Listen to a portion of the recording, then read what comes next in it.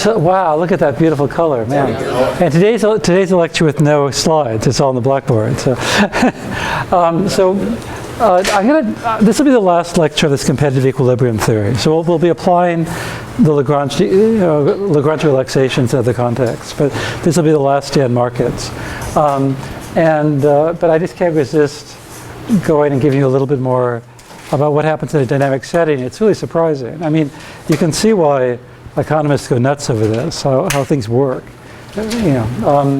So I got to make a correction. I said something false last lecture, and so you 9 people, the only one who will know about that. I'll never know. Yeah. It's our secret now. And I'll let you go. I'll point it out, and let's work on correcting it.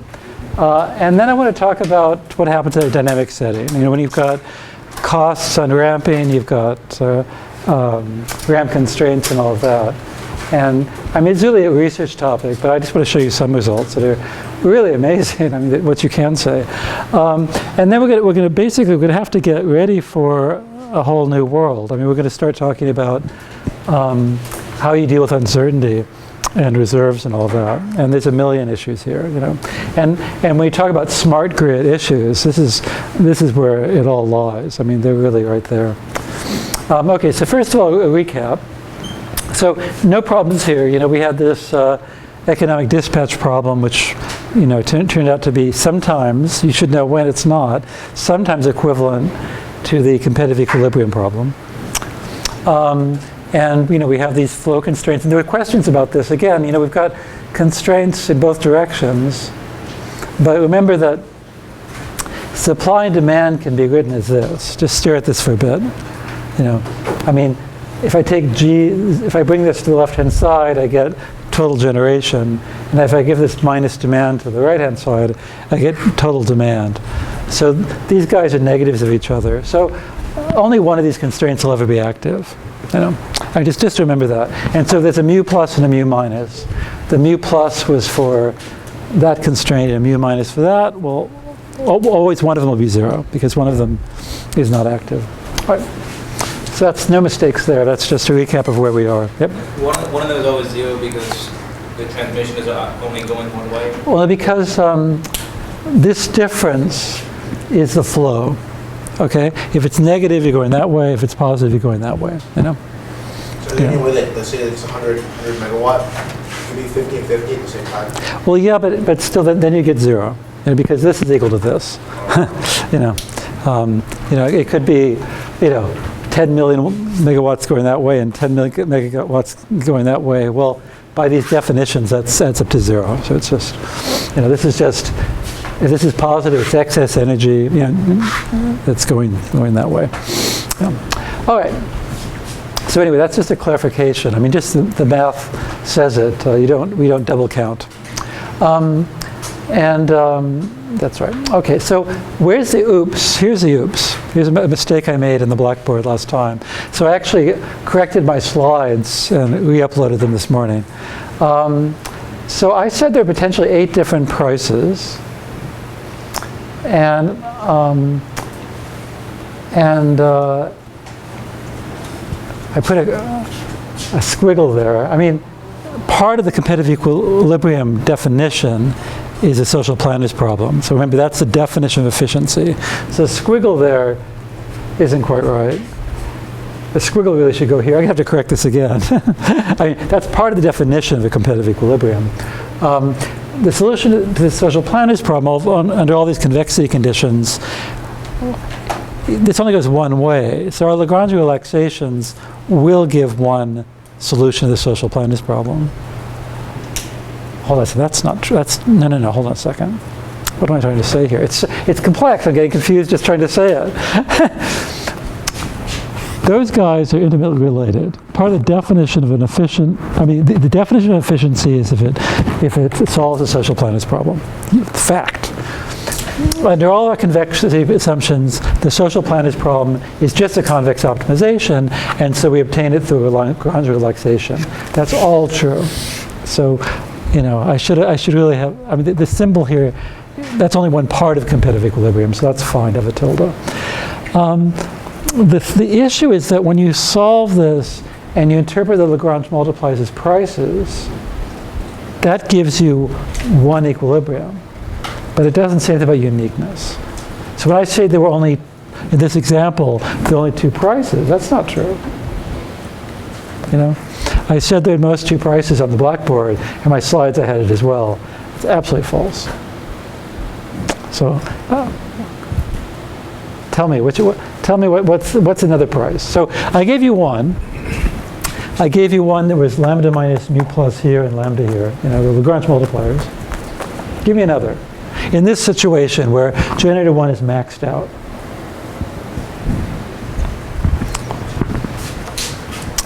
So again, exactly this example, everything here, you know, we've got, this is active.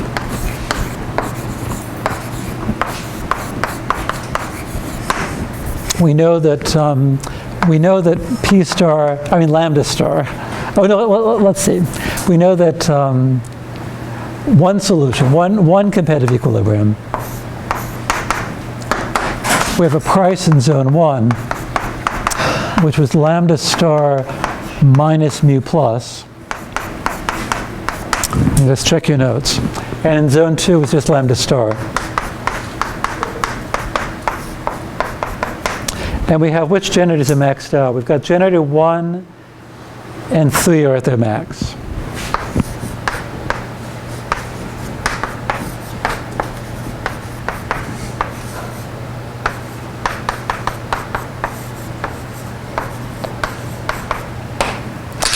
And that's a hint. So give me another price that would satisfy everybody. So remember, the definition of an equilibrium, competitive equilibrium, is that the individuals optimize. And so for example, generator 1.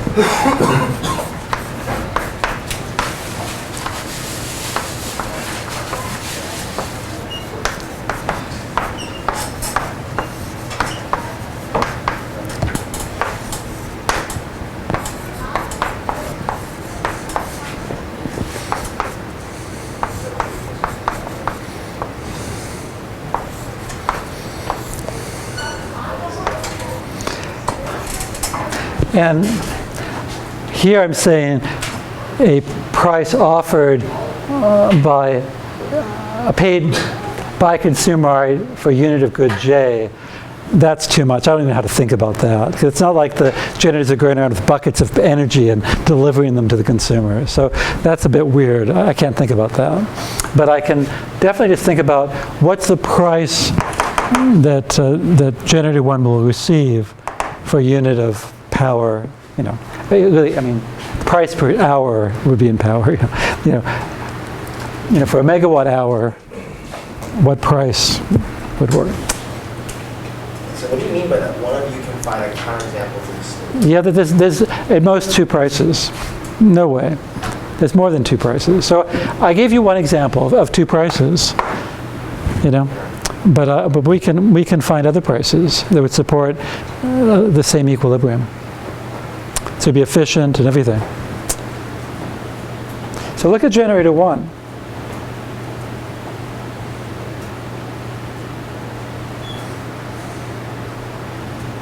So you're asking us using that equation? Oh, you don't need any equation. Oh, this equation, yeah. I mean, just think about, right now, we found that with this value,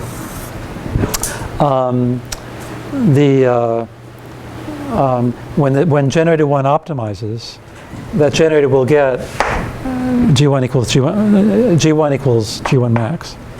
Okay? Can you think of another value where they get the same answer?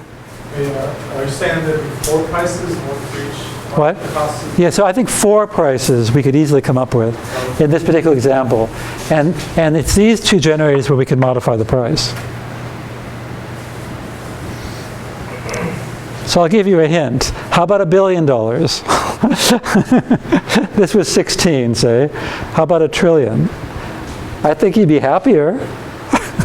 If you increase the price, he'll get the same answer. You know, he's already at his max, and if you make this bigger, he'll still be happy. You know, so for the supplier, any price bigger than P1 star, he'll have the same solution.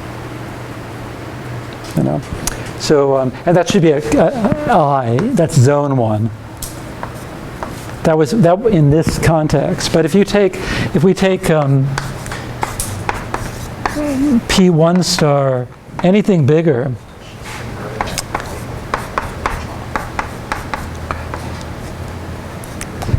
so I mean, sorry for the, P1, that's for generator 1. The Roman is for zone 1, right? Then the generator 1 will have the same solution.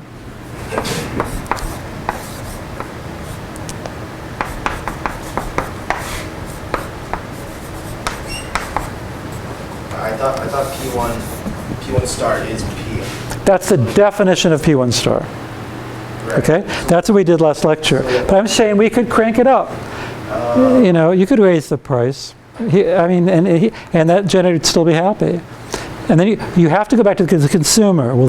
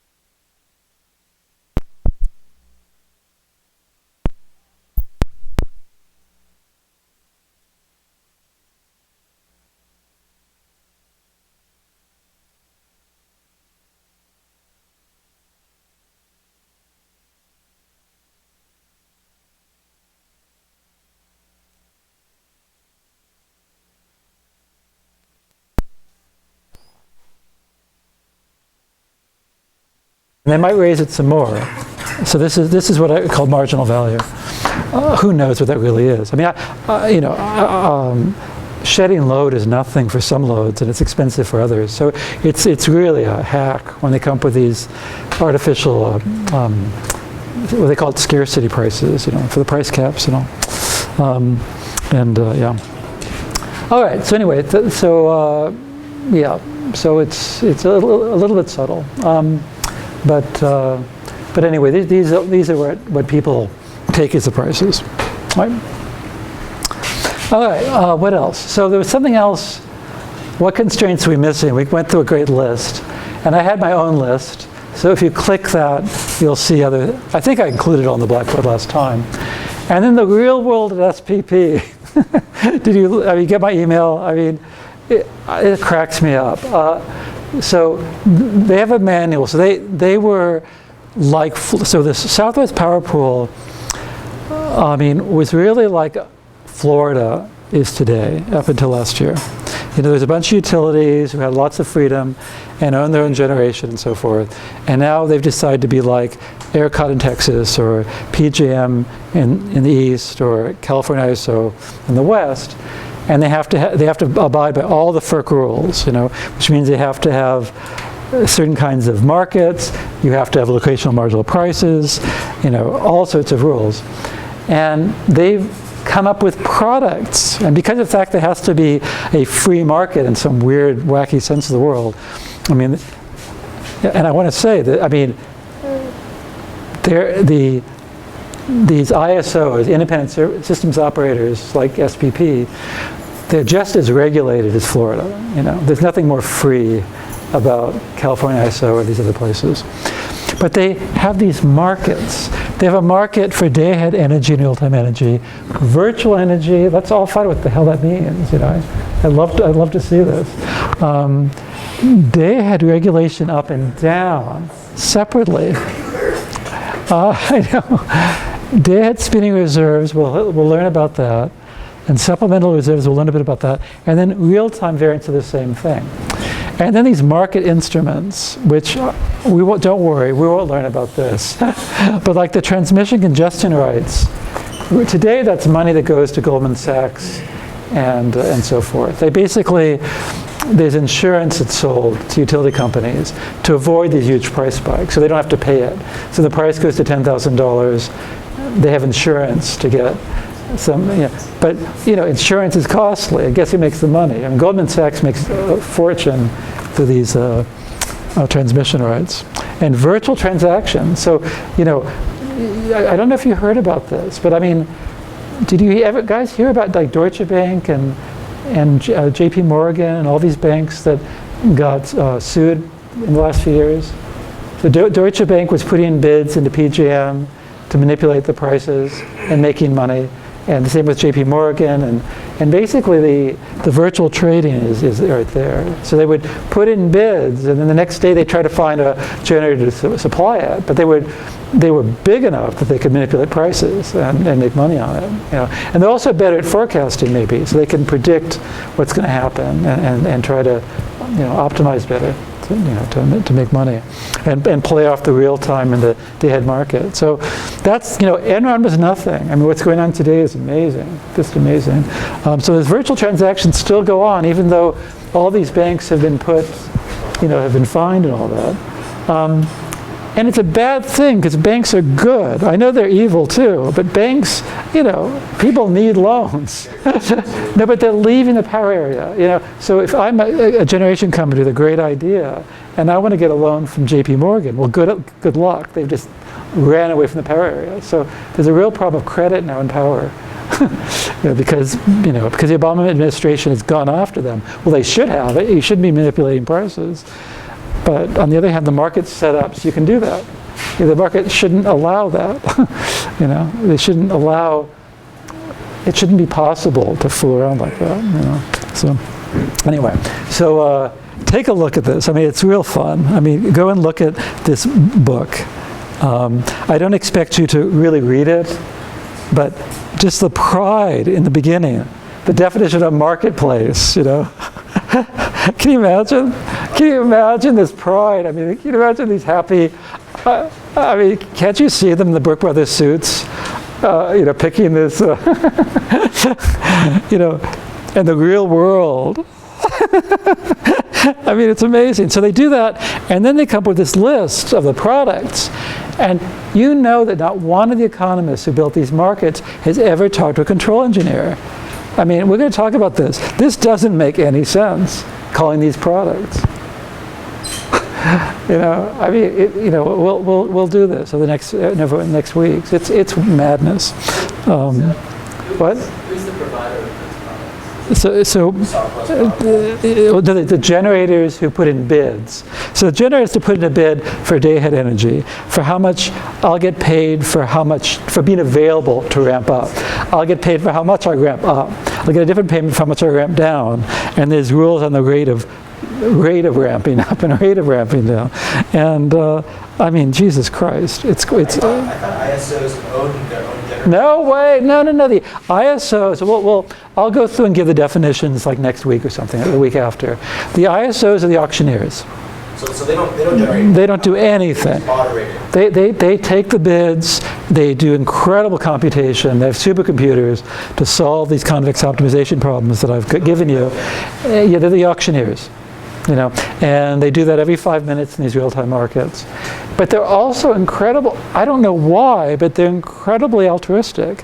They do a lot of forecasting for like what will happen if there's another polar vortex and the natural gas supply gets shut down to the east. They do this even though there's no mandate for them to do it, and I don't know why. So they're actually good guys. It's remarkable. But the thing is, and the markets people are good. I know them. They're good people, but they're ignorant of control. And if they knew a bit of control, they wouldn't do these crazy things. I mean, you know, we'll see that. We wouldn't come with these absurd markets. I mean, so that'll be a lot. How to do this right will be a lot of the theme of the rest of the course in a way. All right. Next, yeah. So the problem is that the ISO, the people at the ISOs don't understand how, like, the control engineering over the general. No way do they understand it. You know, so the markets people at all the ISOs don't understand control at all. They don't understand how you think about control, it's a regulation problem we're talking about, you know. When they talk about ramping up reserves, ramping down reserves, why are they ramping up and down? To compensate for ramps in supply and you know, of power and things like that. They're just economists. They know very little about power, a lot of them. So like the chief economist at New York ISO actually is an engineer and knows quite a bit.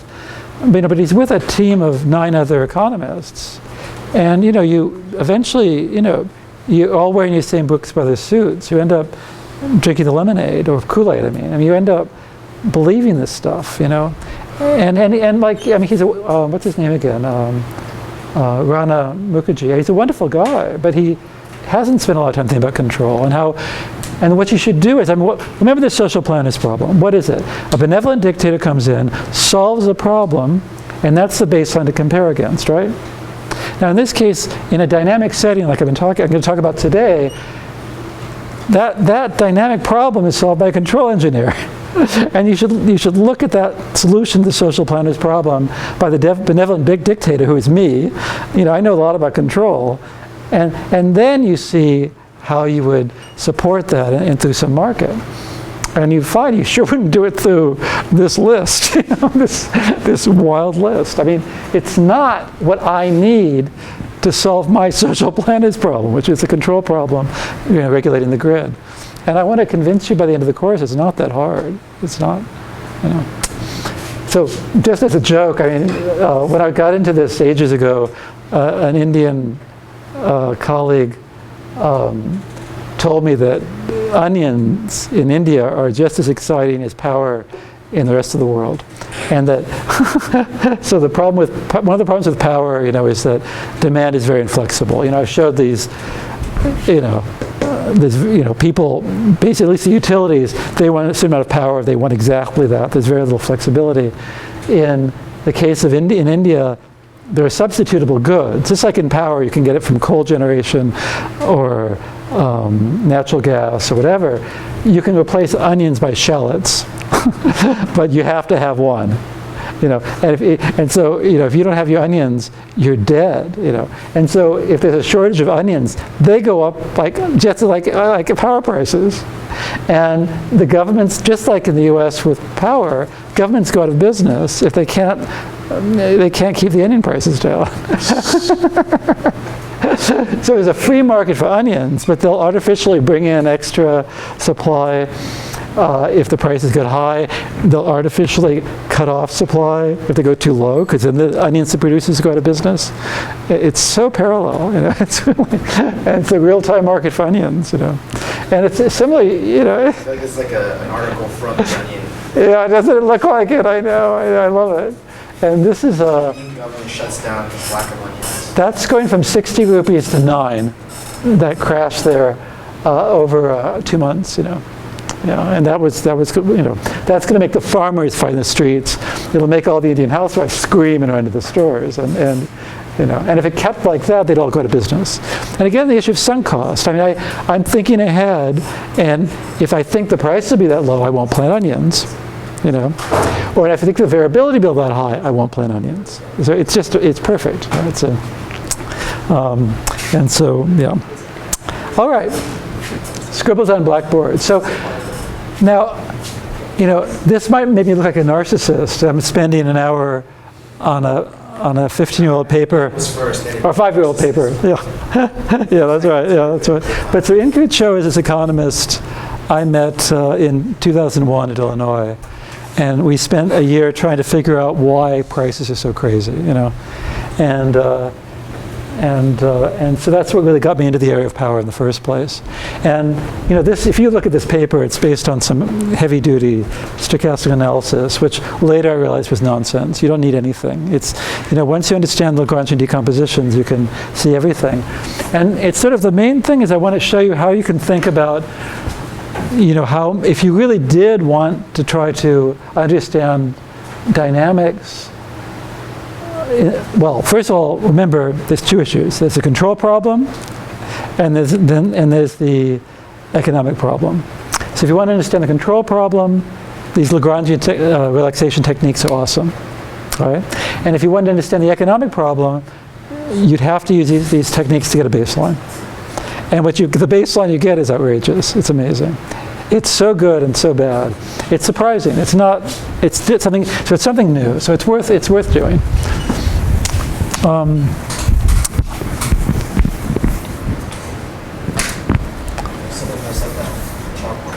Somebody decided to get this wet. Oh, it is? They're soaking wet, yeah.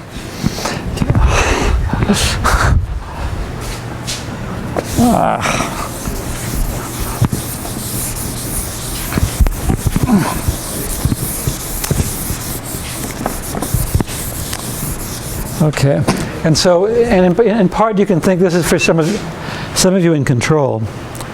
So, so basically, that's going to be it. I'm going to go and go through and explain. This will be sort of our last lecture on economics, and then next lecture is going to be talking about this. So, I mean, basically, if you go to the California ISO website 5 years ago, this is what you'd see.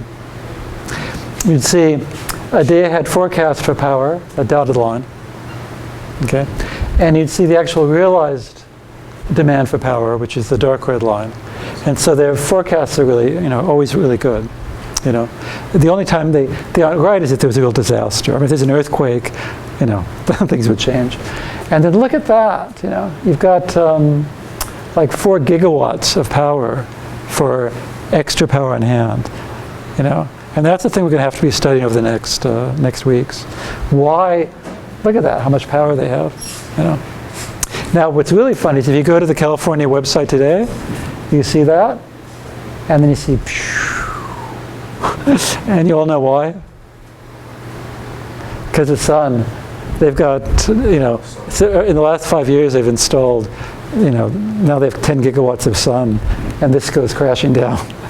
And they still have an afternoon peak or evening peak, and look at that peak. It's at 6, 7 p.m. when there's no sun. So imagine it goes down like that, and then wham, ramps up.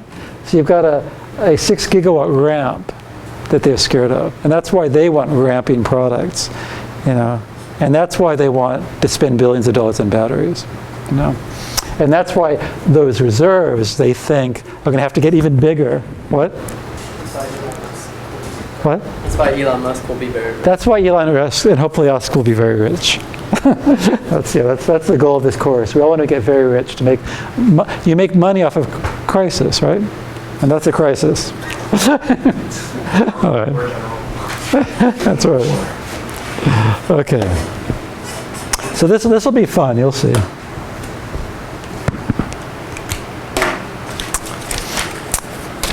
So.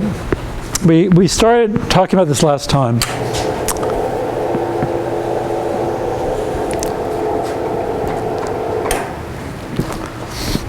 This looks really scary. So the dynamic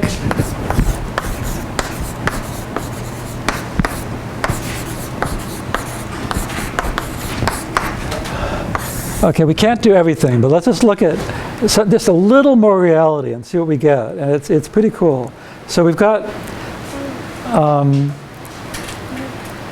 we can focus sort of, we want to look at, you know, what's the price?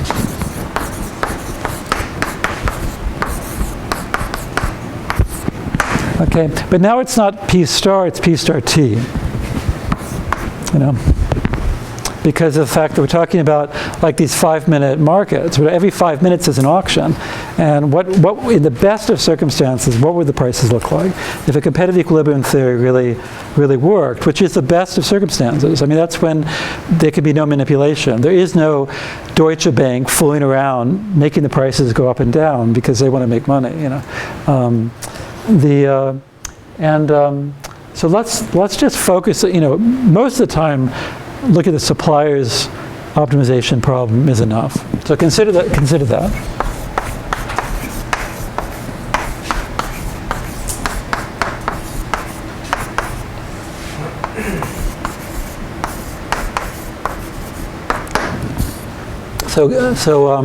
So given some prices,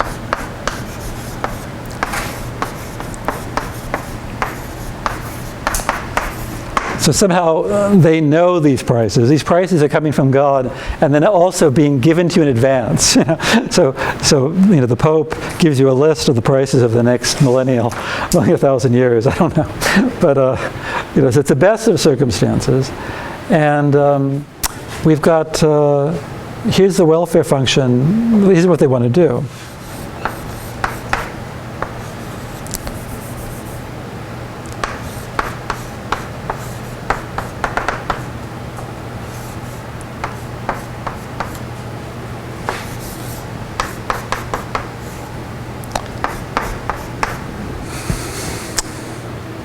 And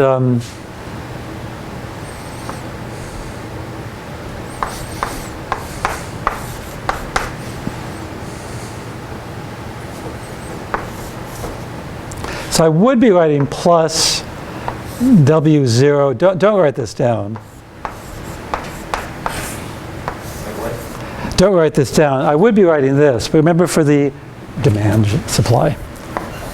But for the supplier, the utility of producing energy is the negative of the cost. Okay, so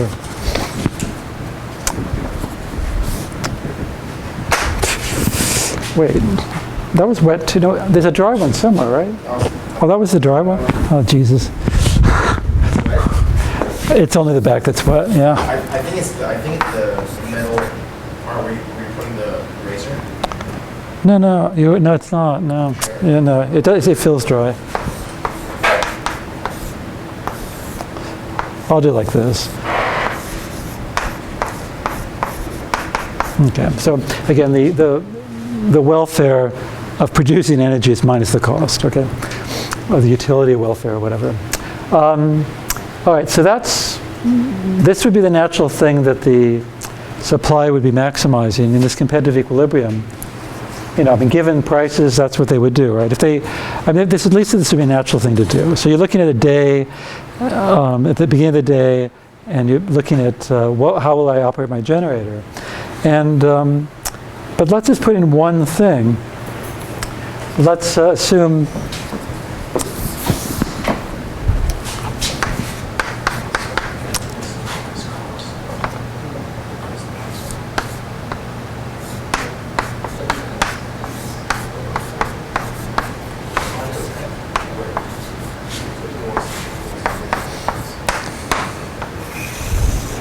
well, now, the only thing to put in for now is just an upper bound, just ramping constraints. I mean, generators are slow to ramp up, they're slow to ramp down. And of course, yeah, again, they're slow to ramp down. And so really, I should put in a lower constraint as well, you know. And I also have upper and lower limits. But let's just focus on one part of this problem. You know, so I also have Delta G. yeah, that's just some, I think I called it RG or something before, a G bar before. It's just some number. So delta G is just, it's just some positive number, you know. It's my ramping constraint, you know, and it could be quite slow for generators, you know. I mean, if you look at the aggregate, it's not that slow, you know, 100 generators, but a lot of them are maxed out already, and also the grid has dynamics and things like that. But this is a major issue today. These ramp constraints. I mean, really a major issue. So let's understand them, right? So yeah. So again, all right. So there's also a lower constraint. I'm just ignoring it to make things simple. GT is also has a max and a min, but just to simplify things, I'll just ignore that for now. And so we're gonna do it. We have this optimization problem, and we have a whole bunch of constraints, and we're gonna do a Lagrangian decomposition, and you can enjoy it. I swear to God. You will. You'll see. It's surprising how pretty this becomes. Yeah. Why are you going from 0 to t minus 1? Oh, I don't know. You'll see. You'll see. I mean, it just. It's the way the numbers worked out when I worked out this. I mean, you know, so. Yeah. It's partly because I have a t+1 that's going to show up here and things like that. So there's going to be a G capital T coming up, but it doesn't show up in my optimization problem. That's the reason. Okay. What is the difference between uppercase and lowercase t? Oh no, capital T is the time horizon. So this could be a day. So time 0 means 5 a.m. and time t might be midnight. Who knows? You know, and I'm trying to decide. I'm the generator. I'm trying to decide on my generation levels at each moment during the day. Right? Is that clear? Yeah, because if this isn't clear, I should stop. I mean, you know.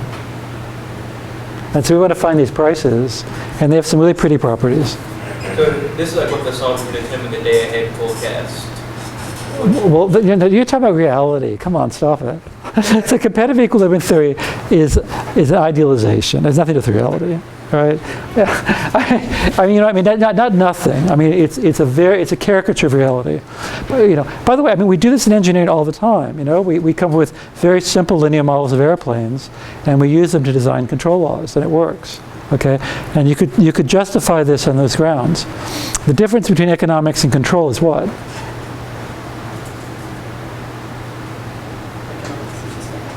What? No.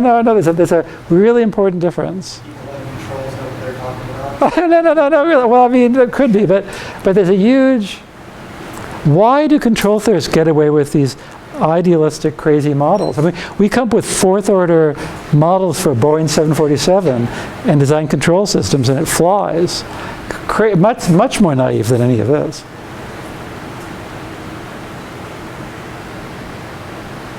Well, the difference is we know our models are naive, and we know that we're going to take measurements and use those measurements in feedback loops and adjust the flaps. And you know, we design the decision rules that make the flaps go up and down, taking into account our model is naive. You know, we make sure they're really robust, that we can handle a lot of uncertainty in our model.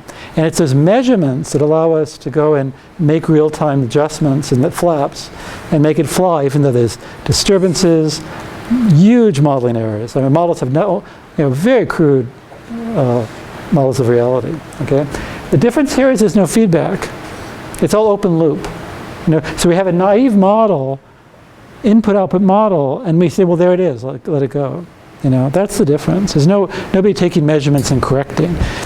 Now, a regulator would be awesome. That saw issues and in real time, you know, adjusted things. But that's considered, you know, Stalinist. You know. But here we're talking about the economy. I mean, it's, you know, yeah, forget it. Anyway, but the difference is feedback. So in control, you can get it with naive models because you close the loop. You know. And the fact you take measurements and you change your inputs based on those measurements is a big difference. Well, all this is open loop. Yeah. No measurements, no feedback. So what's really kind of cool here is that if you rewrite this,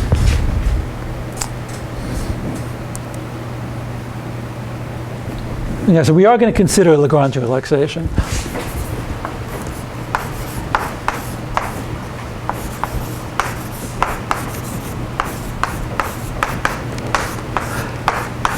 But I want to point out that basically this is like the most trivial control problem in the world in a way, because if I define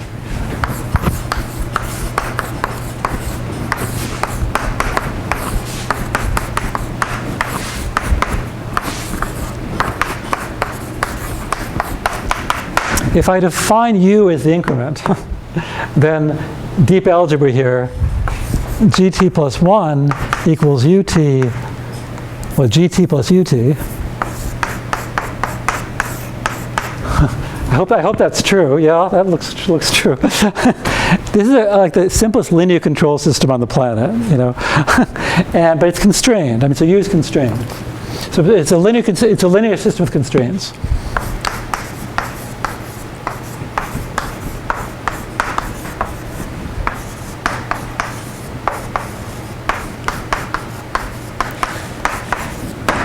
And when I say Lagrange relaxation, we're going to associate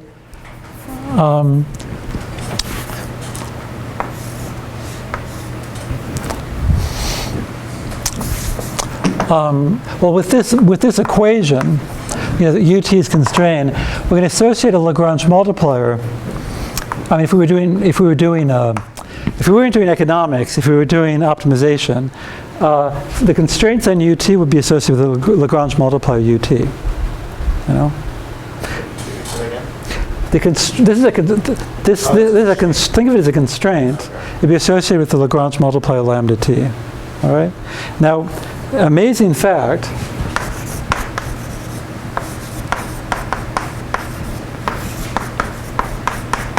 If you took it in general in optimal control,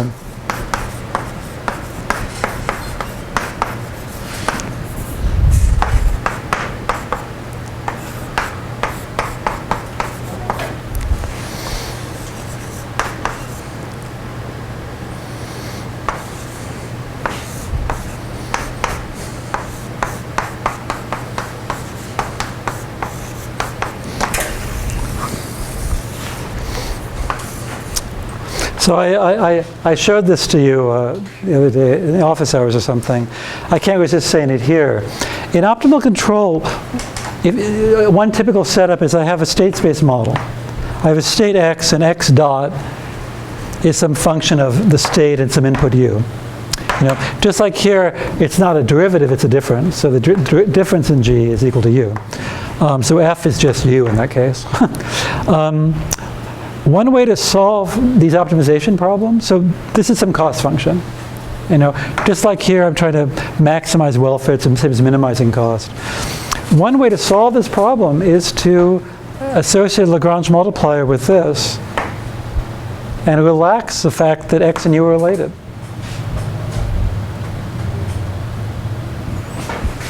Do I have room for this?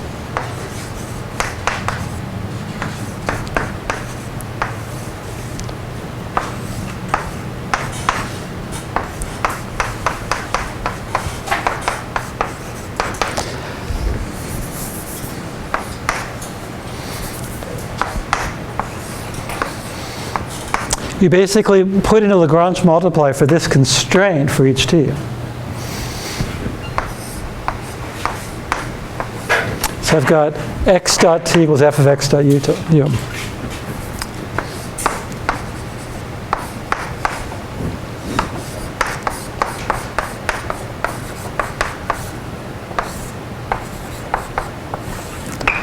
Okay, so the way when you first look at optimal control, you know, u is an input, then you get x, and you minimize this over all u, you know. But you can apply the same Lagrange relaxation techniques. You basically say, x and u are not related. You know, if they are related, of course, this would be 0. But you say, screw it, let's pretend they're not related. And you minimize this over all in x, u, you get a dual function, but it's a function of a process, a function of time now, you know. And when you go and solve the dual, you get the optimal control solution. It's really cool. So that's known as the minimum principle when you solve this. Okay, so I have to give a pitched optimal control. So it's basically when you actually solve the dual function, you get that lambda is a solution to a differential equation. Yeah. And we're going to see something similar when we look at this. I mean, we would if we went far enough. I mean, won't go through all of that. But it's too bad about. First, I didn't have a projector, and now I don't have a chalkboard. Look at that. Yeah. But you can see why control engineers are so proud of themselves. I mean, the fact that you can get away with crazy things like this is pretty cool. And the differential equation for lambda is elegant. I mean, it's really, that's a different course. But if you ever have a chance to take optimal control, it's a fantastic subject. So. All right, so let's do it. Let's look at the Lagrange relaxation of this.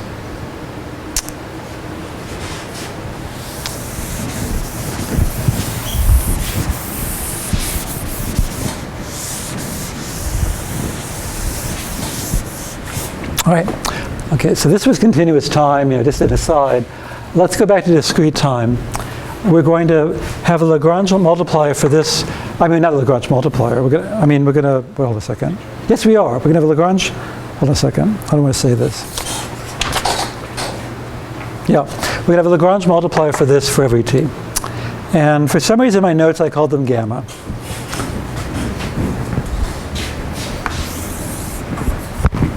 So I wrote lambda t there.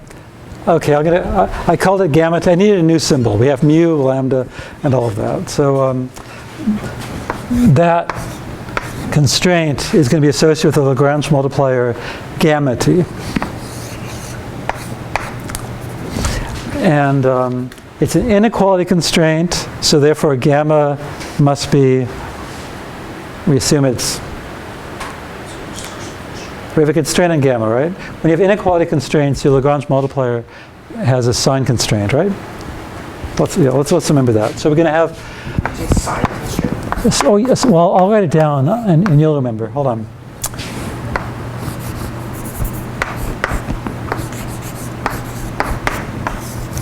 Okay, so I have this max. I don't have to write all that down. Let's write max of a g. I hope you all know I mean the sequence of generations, and I've got the thing I have here.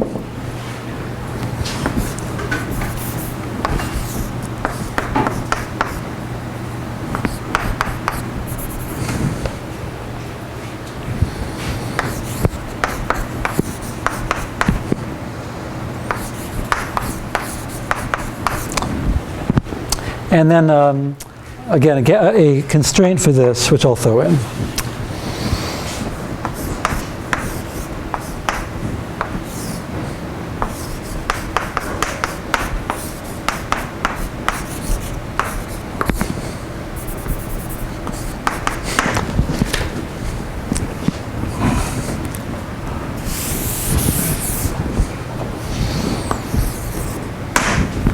All right. So originally I had an optimization problem with a whole bunch of constraints for every time t, right? And now I have a optimization problem where g is unconstrained. I mean, of course, I think I'd better put in the min and maxes eventually, but for now we'll just ignore that. Every time I had this was supposed to be less than or equal to 0, I've thrown away that constraint and replaced it by this here. And so you tell me, what do I have to assume about gamma? Remember? Because the assumption is that this is less than or equal to 0.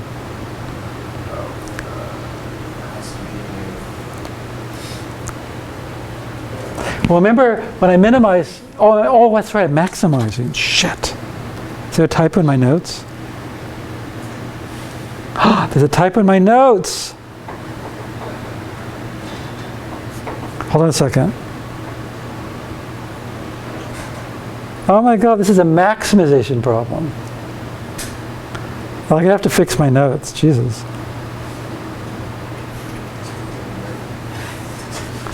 Oh my God, that's awful.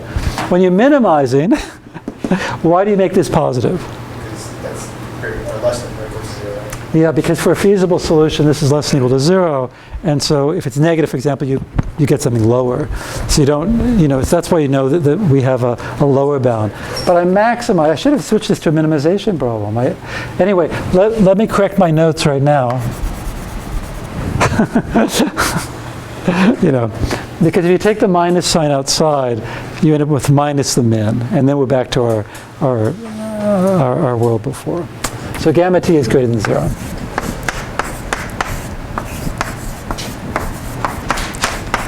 Okay, so these notes are already online. I'll have to correct them and take care of that. Okay, so you all agree that's the relaxation of that? All right, okay. Is that gamma T or gamma P? What's that? These are just numbers. What are you asking? I thought it was gamma plus, but it's gamma. Oh no, gamma T. Okay. No, again, for every, we have capital T constraints, and so we need a Lagrange multiplier for each one. At first sight, this looks terrifying, but look at, we get a decomposition, you know? Right? So the reason this problem was hard is because this coupled G0 with G1, and G1 with G2, and G2 with G3. They're all coupled. So it's like supply equals demand, you know, sum of the supplies equals demand. But this is much worse because we've got, you know, capital T is an enormous number, you know. But by relaxing the constraint, again, it just decomposes into nothing, all right? So let's solve this. All right, so I mean, clear? And I guess we'll have to take a break in a minute.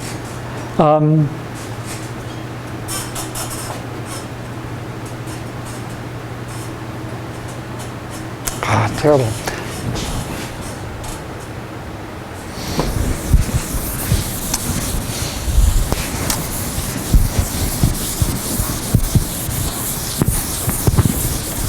So what do we get? Oh, for GT. I mean, it's, what did I do here? Let's just fix one time T naught.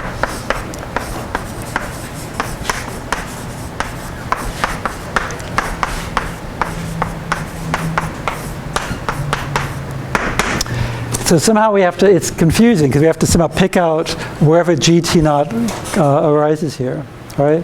So, I mean, you all agree this is completely separated now.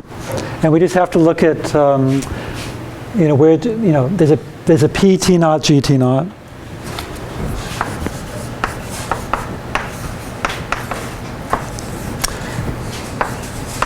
So right now you're just choosing one interval, right? Just a random interval between. Interval, what is it? Well, like GT naught, right? No, the one time. You know, this could be 4 p.m. I'm just saying, this separates. This is a Lagrangian decomposition, just like all before. See, we're maximizing over G where there are no coupling constraints anymore. So we can maximize over like G0, G1, G2, and so forth. I mean, for G0, it's pretty easy because it doesn't appear here, it only appears there. So I'll take T naught greater than equal to 1. G0 is special, but I've got it appear. I've got a minus minus a plus gamma T naught GT naught.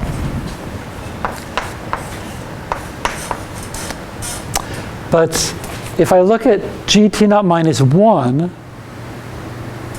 right, I'll get a GT naught.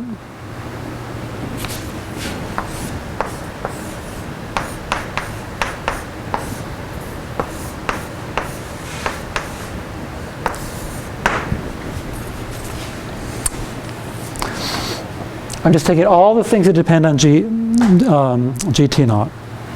And again, if I put T equals T naught minus 1, I'll get a T naught minus 1 plus 1 is GT naught.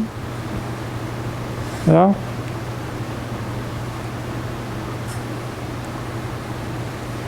I got 1 nod, 2 nods, 3 nods.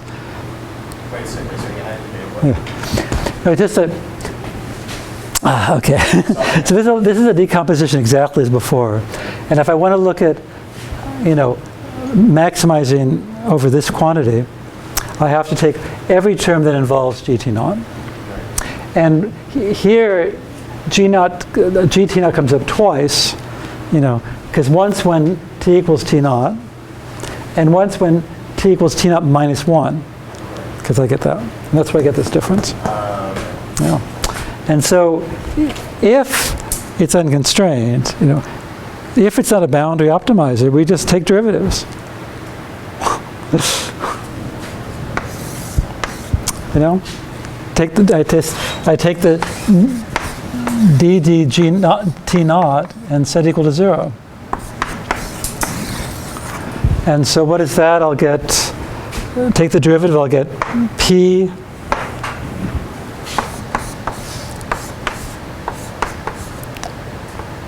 minus the marginal cost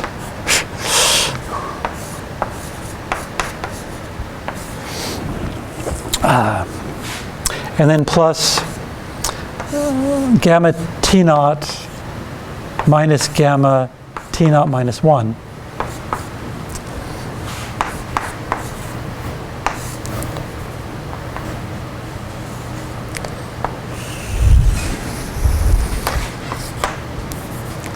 Equals 0, well, 0.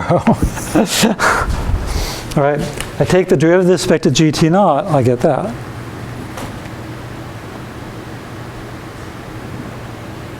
Derivative of that is that, derivative of that is that. That's the marginal cost. I mean, so again, assuming that this has a feasible solution, I mean, let's just assume that for now.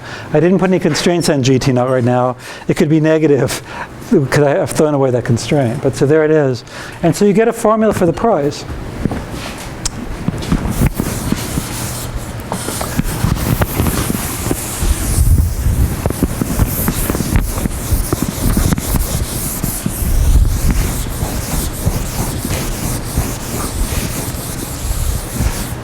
You know, so the part we know that PT naught star, the only way this is going to work is if these are related. So the optimizing G and the competitive equilibrium price have to be related. And this gives the relationship. So it's equal to the marginal cost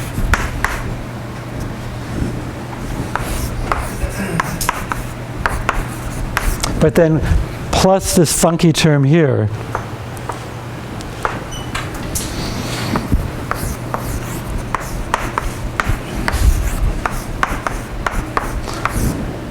So there it is, all right?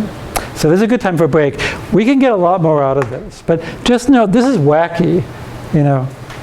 This is really wacky because this is a difference of these Lagrange multipliers, a difference of the sensitivities to that constraint. And because it's a difference, it's going to be positive, negative, positive, negative, positive, negative. And we'll have to see. So we'll take a break for a bit. But this needs further investigation to see what this actually means in terms of the market. All right? Because with this, you'll see, there's more we can get out of this. It's really intriguing. This you don't have any insight. All we know is that the price is not the marginal cost if the RAM constraints are binding. You know.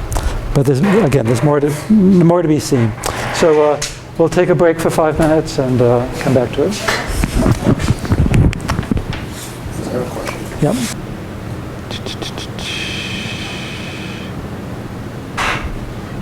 Oh, no, I don't care about that. I'm sorry. That's not what I mean. Stop for a second. I've got this for every time, but there was a minus 1, less than equal to delta. If you go back and look how these are related, the Lagrange multiplier is for this constraint, this being less than equal to 0. Right? And so how would, remember what the supplier is doing is solving this problem, right? This was a relaxation, but they really care about that. And this goes to your question, Arnold. I mean, we're summing to t minus 1. Time t is out of the picture. They don't care about what the generation is at time capital T. A ramping constraint doesn't matter. I'll just, you know, and especially since I don't have any ramp down constraints. You can imagine if I had ramp down constraints, my desire might be to shut down, you know. But whatever, it doesn't make any difference. So this constraint is irrelevant then, so it has to be 0.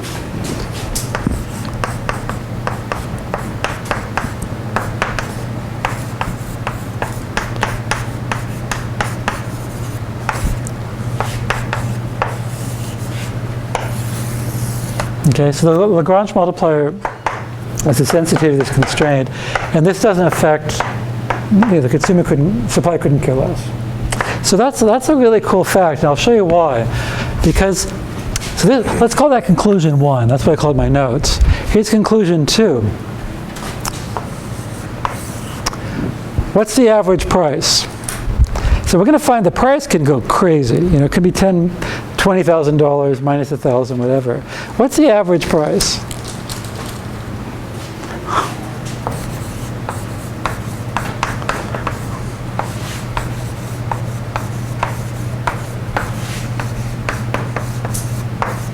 Why would I ask the question?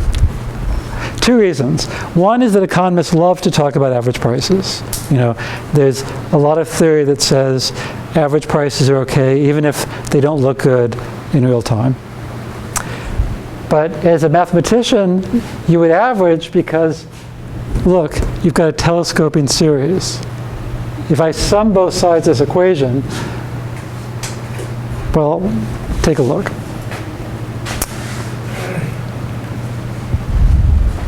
I can kill all this now, I think, yeah.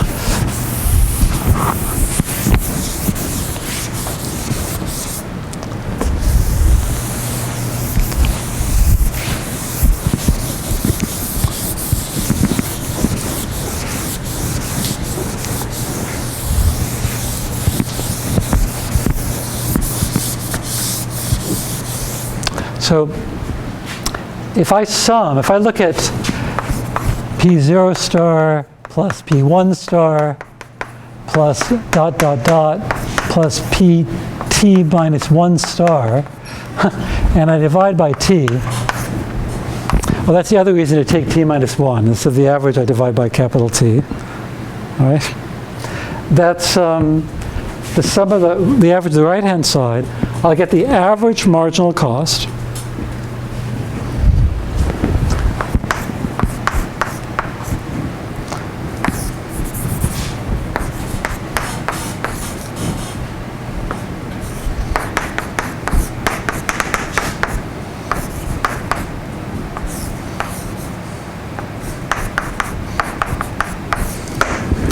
And then plus, I have to, or minus, I have to sum all those terms.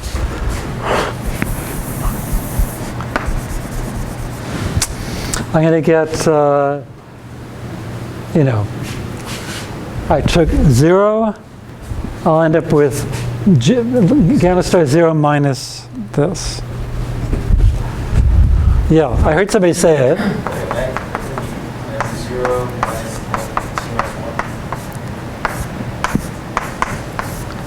I think you're right.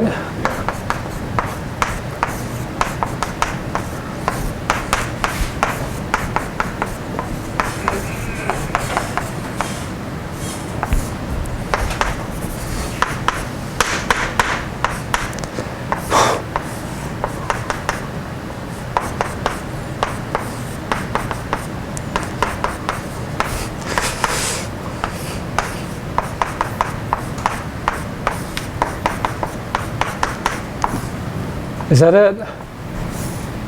And there's a 1 over T. All right, so yes, I heard one person say at least, it's called telescoping series, No, I'm sorry. That's 0, sorry. That's 0 by convention, right? And then that cancels that, is what I meant to write. That cancels that, and so forth. And that cancels that, and this was canceled by somebody over here. And so you're only left with, you get the average price is equal to the average marginal cost, but plus this mysterious figure. What did you say it was? Gamma star T.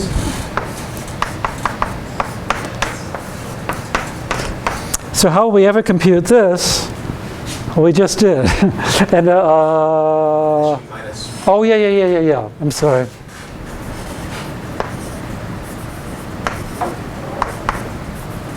Typo there. We didn't have a gamma star T. And so minus 1. So we just said that's 0. Wouldn't it be average marginal cost minus? Yeah. Because there's a minus sign here. But minus 0 equals 0. So I was right. That's 0 and that's 0. So that whole thing disappears. So can you imagine, if you're a mathematical economist, how you scream with pleasure? So even though, there's chaos, you say, don't worry, the average price, the average marginal cost, everyone's happy. Wait, how is it that T minus 1 is 0? Yeah, right there. It's a sensitivity to this constraint. But the world ended at time t minus 1. If the horizon went up to time t minus 1. And so I couldn't care less about this constraint. I'm basically, I'll turn off my generator at time t. So I don't care about an upward constraint. That's midnight. Remember, my optimization problem went to time t minus 1. And so GT wasn't part of my optimization problem. So I wouldn't want to ramp up. This constraint can't be active. So we know, but just based on reality, we know the sensitivity has to be 0. It's lovely, It's absolutely gorgeous. Now, the thing is that ramp constraints do cause problems. So, 3, if you like, is that what we said before is still true.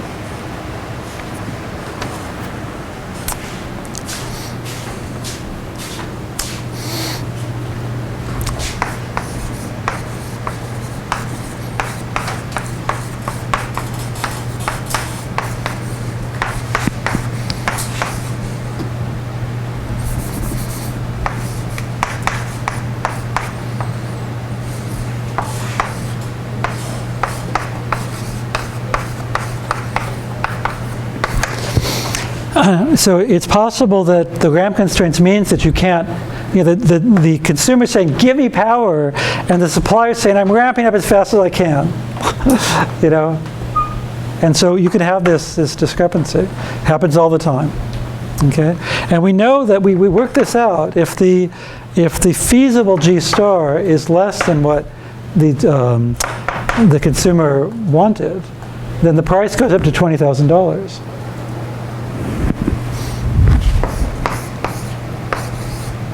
I mean, in that example. Let's just make that the convention, okay? The marginal value of power is $20,000. It's just, it's a made-up number. But that doesn't violate all the analysis we just did.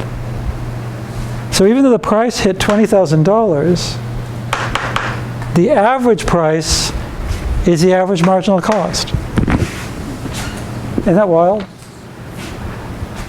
It's absolutely wild. And so it means that somehow, for the price to that number, it's going to have to be negative 1,000 a lot as well. So what's awful is I showed this to people at the Department of Energy, and I showed this to people in ISOs and all. And and they just felt vindicated. See, the markets work. And that's not politically feasible. I mean, there's reality here. If you let that happen, you'd be in trouble. And if you put price caps on, then this whole theory is violated. The Lagrange multipliers, the prices are unique in this model, and I mean, except for some marginal cases, and so all the theory falls apart when you put in price caps. There's nothing here is valid anymore. Okay. God, I talk fast.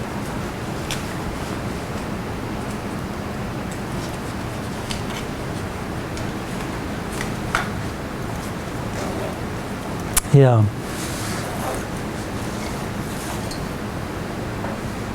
Yeah, and what? Because what's amazing is we have no idea what happens when it's equality. So that's another good homework problem.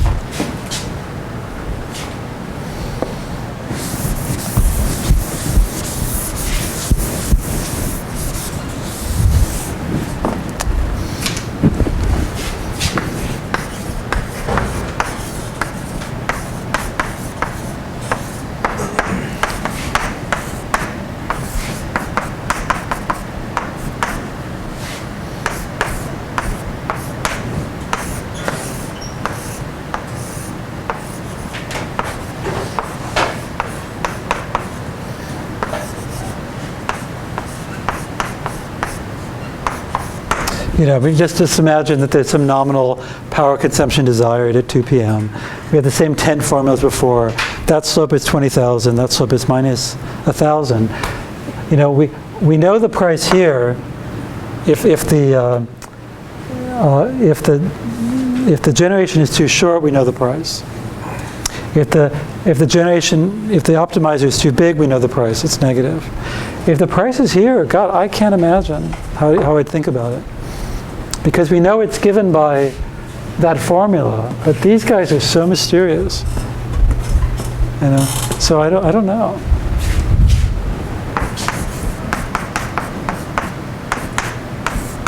And all I'm asking is, I don't know what the Lagrange multipliers are.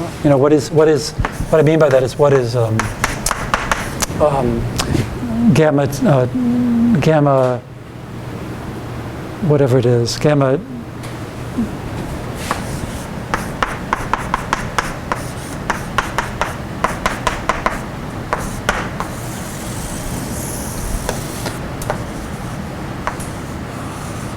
All right, is that clear? That's where we are. All right. All right. So, yeah. I'm still not understanding. So I know that G of T is zero because that's not within our parameter, right? But I don't, G might as well, in this model, might as well make it 0. Yeah. Right. But I don't know why GT minus 1 is also... No, it's not. No, GT minus 1 is some big number. Remember that this is subject to the constraint that this difference is less than equal to a bound, right? So no matter what this is, I don't care about an upper bound. I'm just going to shut down. Whatever this is, GT doesn't care about an upper constraint because it's not part of the supplier's optimization problem. Why would they, bother ramping up when that's not part of the optimal problem they're trying to solve? And we assumed a fixed time horizon of, of length t. Right? Is that clear? I mean. So you're just ignoring the GT minus 1. Well, we did that in step 1. Take a look at your notes. We optimized from time 0 up to time t minus 1. That was our assumption. We assume that was 24 hours, say. Now that's a modeling assumption. That's the kind of assumptions people make. And so it might be more natural to look at some discounted sum to infinity. You could do that, you get the same conclusions. This is incredibly robust. And this conclusion here, that average price is average marginal cost, it's unbreakable. The thing is, what does it mean? I mean, just think about it. You go to work every day. I mean, it depends on the time frames, I guess. I mean, if it's like, if you went to work, well, if you believe this, and you went to work every day, and one day you made $40,000 in a day, and one day you had to pay $40,000, and you believe this theory, if it reset to be exactly equal every year, you might live with it. But if you didn't know how long you'd have to average to be able to make your base salary, you probably wouldn't want to work for that employer. This is a pretty meaningless statement. And also you can't, what's the revenue? I mean,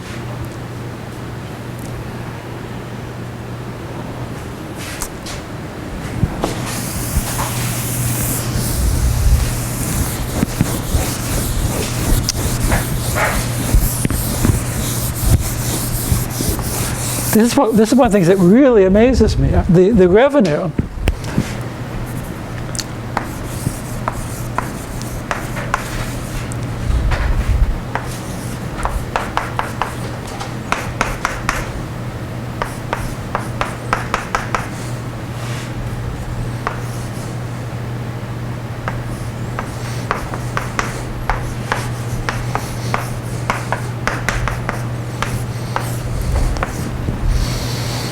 How would you apply that to understand a revenue?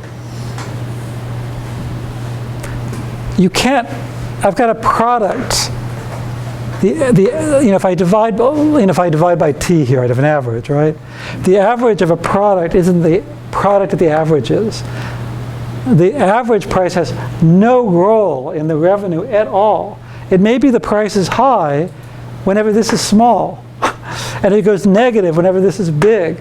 I mean, who the F knows? You know? So this is a beloved result because it is so pretty mathematically. In terms of what I make, in terms of the allocation of money to the participants, it's meaningless. It's absolutely meaningless. You know, it's in pretty math, and that's it. You know. Now with a fixed price, equal average marginal cost, I could take this outside; it would have some meaning. But with a highly volatile price, you know, and it's the correlations that matter, all sorts of things. So it's amazing. This is such a hallmark of economics. The price can, it's like inversely proportional. Oh, no, it could be. Who knows? God, who knows? I mean, it's. That's why that's useless. What's useless? It doesn't have anything to do with what the generator cares about. You know, that product there. So it's very. So my analogy was false about income. You know, because there you add up all the money, you see how much money you got at the end of the day.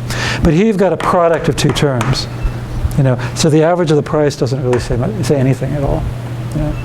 Imagine how bad it would be if every time this hit $20,000, this was zero. And whenever this was at its max, this was negative. There's nothing ruling that out. There's nothing at all. There's just no theory. It's too hard. Trying to understand that product is too hard. Nonlinear product. Okay. So, God, I could talk for hours. I'm not going to. Don't worry. But but there's one last point. This theory would say it all works. You know, that if you have a good market, if you have enough players, the prices are going to take care of everything, and you'll get an optimal allocation. And so then you have to ask the question: why do all these ISOs have a ramping product, a separate market for ramping? You know, and why do they actually take this out separately? And they have a ramping, day-ahead ramping market, real-time ramping market, real-time regulation, all of that. And I think it's one of incentives. You know, it's because of this issue of risk I'm talking about. Maybe they're hoping that by having a separate market, it'll incentivize people to come in with responsive products. I doubt that, but that's the only thing I can think of. Yeah. So that's that. Any questions? I thought we'd be here till 6. I don't know how we got through this so fast.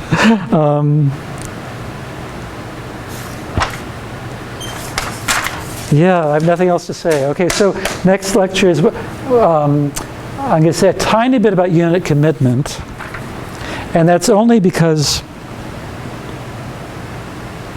of this big elephant in the room.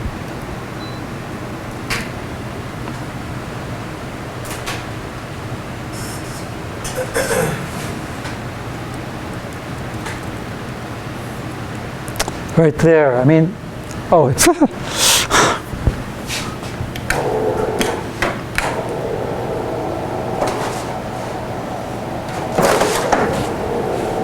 this wonderful plot.